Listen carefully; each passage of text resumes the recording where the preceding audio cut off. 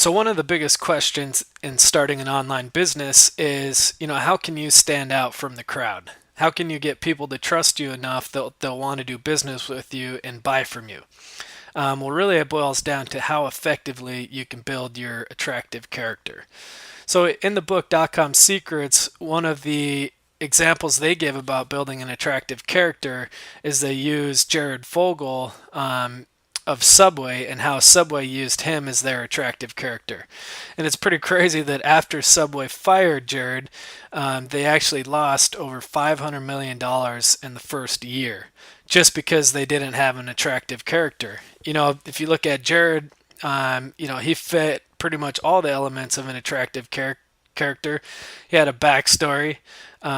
He lost 300 or whatever it was, 300 pounds just by eating Subway. He spoke in parables. I guess he definitely had some character flaws, and he also, had polarity. Everyone could relate to Jared a little bit.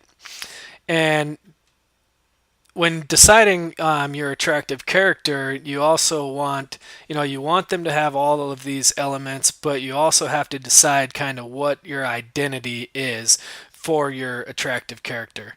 Um, so the first one would be the leader.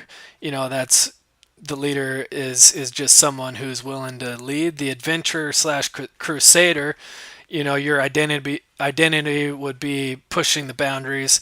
The reporter slash evangelist, this would be the Oprah scenario where you're just you're reporting and asking questions. And then the reluctant hero, which is someone who comes into fame, but they know that it's not really their place or their right to have it.